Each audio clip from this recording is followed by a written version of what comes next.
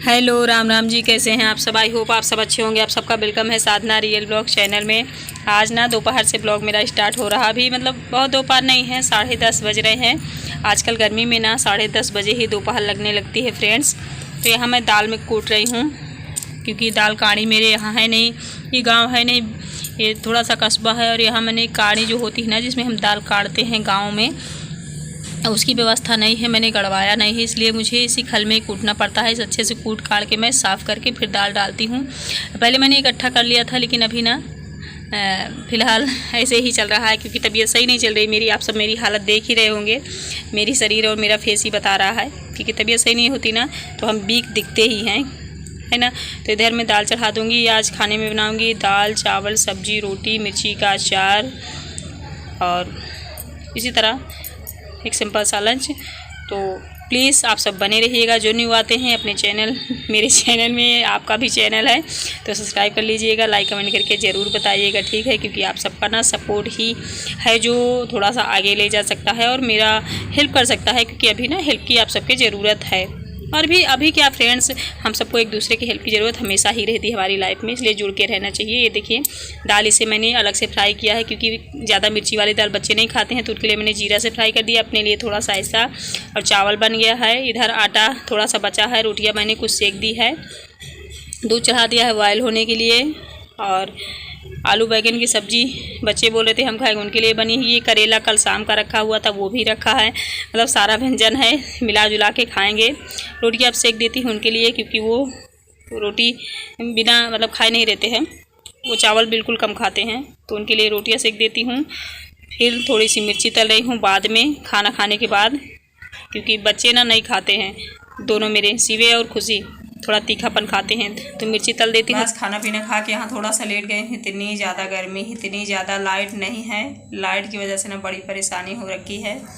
Light थोड़ी सी गड़बड़ थी, बिगड़ी थी, तो उसे आज बनवाना है। खाने लाइट बच्चे शरारत कर रहे हैं, लाइट बन जाएगी तब थोड़ा सा राहत होगा कसम से। मैं थोड़ा सा ऐसे ही हाँक रही हूँ। ये मतलब पर्सनल वाला फ़ैन है, हाथ में ले लो और टेम्परेरी के लिए इसी में बता रहा है। यार नींद नहीं आई है, लाइट गड़बड़ रहती है ना, तो कूलर के बिना नींद नहीं आती। फ़ैन चला लो किसी काम का नहीं, लू जैसे चलता है। इन्वर्टर से फ़ैन चल रहा है, लेकिन लू के जैसे गरम गरम, तो उसे मैंने बंद कर रखा है। सब बच्चे शरारत आज दिन भर किए हैं, पूरी दोपहर। अभी बज रहे हैं 2 दोपहर के, और पूरा जब से मतलब 11 बजे से हम लोग खा पी के आराम करने लगे थे, इन लोगों का शोर ही चालू है। क्योंकि टीवी चल नहीं रही है, कूलर चल नहीं रहा, किसी को नींद आ नहीं रही है, सब फुल शरारत में है सभी लोग। और मेरी तो हालत ख़राब है, मैं गर्मी में रह नहीं पाती। लू ना चले भले पसीने आ जाए, लेकिन पूरे घर में हम लोगों ने पर्दे वर्दे खोल रखे हैं, जिससे थोड़ी ठंडक आए, और ठंडक आती नहीं, लू ज़्यादा आती है। चलिए फिर मिलती हूँ आप लोगों से। सारा काम पड़ा हुआ है इवनिंग का, 4-5 बजे सारा काम करूँगी मैं। चलिए फिर मिलती हूँ। बस थोड़ा सा आराम किया मैंने, फिर लाइट फाइनली बन गई है, नल चलने लगा है, थोड़ा सा हालत घर की ठीक हो गई है। तो अब मैं इवनिंग के टाइम का काम में लग गई हूँ। और आज ना सारी गुस्सा मैं इन्हीं पे उतार ले रही हूँ। आप सब देखिएगा, आपको भी लगेगा कि इतनी ज़्यादा चोट क्यों पहुँचा रही है साधना, लेकिन मुझे लगता है ना, जितनी गुस्सा मेरे अंदर भरी हुई, जितनी परेशानियाँ मैंने झेल ली है ना, आज सारी गुस्सा इन्हीं पे उतार दूँगी। क्योंकि कहते हैं ना, इकट्ठा जब हो जाता है कोई गुब्बारा को, हम इतना ज़्यादा हवा उसमें भर दें तो वो फट ही जाता है। तो आज ना मेरा सारा गुस्सा इसी में जाएगा। किस में जाएगा आप लोग देख लीजिए, सामने ही है आपके, और वो है बर्तन बेचारे। क्योंकि और किसी पे गुस्सा उतार नहीं सकती, बच्चे मेरे छोटे हैं, उनको उन पे क्यों गुस्सा उतारूँ, उन बेचारों का क्या कसूर है। और पति देव के ऊपर ज़्यादा गुस्सा कर नहीं सकती, तो किस पे करूँ, तो मैं बर्तनों पे ही करती हूँ, है ना। तो इनका ही मैं आज हालत ख़राब कर दूँगी। ज़रूरी है, गुस्सा किसी के ऊपर तो जानी चाहिए ना। तो ये थोड़ा बहुत तुचकेंगे, बर्बाद नहीं होंगे, मेरे काम तो आते रहेंगे, है ना। तो प्लीज़ आप सब बने रहिएगा। सारा काम कर रही हूँ, निपटा रही हूँ, और इनके साथ भी थोड़ी सी मेरी आज ब्लॉग में जो भी है सामने आपके दिखेगा, नोक झोंक जो भी है पतिदेव के साथ भी, तो आप उसको भी देखिएगा। क्योंकि उनके बारे में, मेरे बारे में बहुत सारी बातें होती रहती हैं सोशल मीडिया में। जो लोग मुझे जानते हैं थोड़ा सा यूट्यूब के थ्रू, कि ये तो बस लड़ाइयाँ ही दिखाती रहती है, तो आखिर रीज़न क्या है लड़ाई का, क्या कैसा है, वो सब आप खुद आज सामने देख लीजिएगा। क्योंकि एक दूसरे का जो बिहेवियर है हम दोनों का ना, साथ में रहने का, जीने का, वो आपको दिख जाएगा खुद लाइव ही।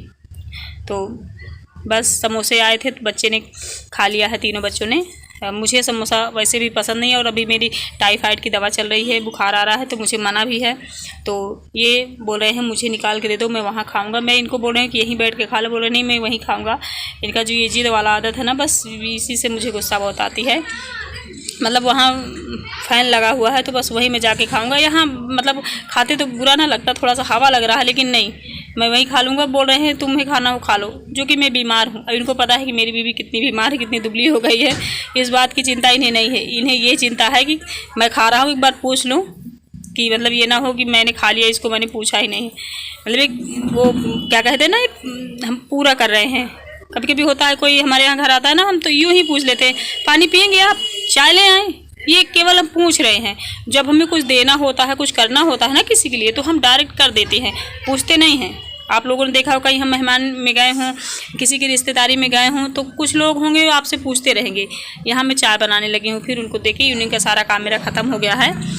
तो कुछ लोग आएंगे डायरेक्टली हमें नाश्ता पानी लेके आ जाएंगे। बहुत सारे लोग ऐसे होंगे जो सिर्फ पूछेंगे। तो ये ऐसे ही हैं, एक बार पूछ ले उतना ही समझ लो बहुत बड़ा एहसान है इनका। तो कुछ ऐसा इनका बिहेवियर है, आप लोगों ने आज सामने ही देख लिया है, इसलिए मैंने सोचा सामने ही दिखा दूँ। बताने में उतना समझ में नहीं आता, लोगों को लगता है ये बस बातें बनाती रहती है, तो ऐसा कुछ नहीं है फ्रेंड्स। तो प्लीज़ बने रहिएगा, ठीक है।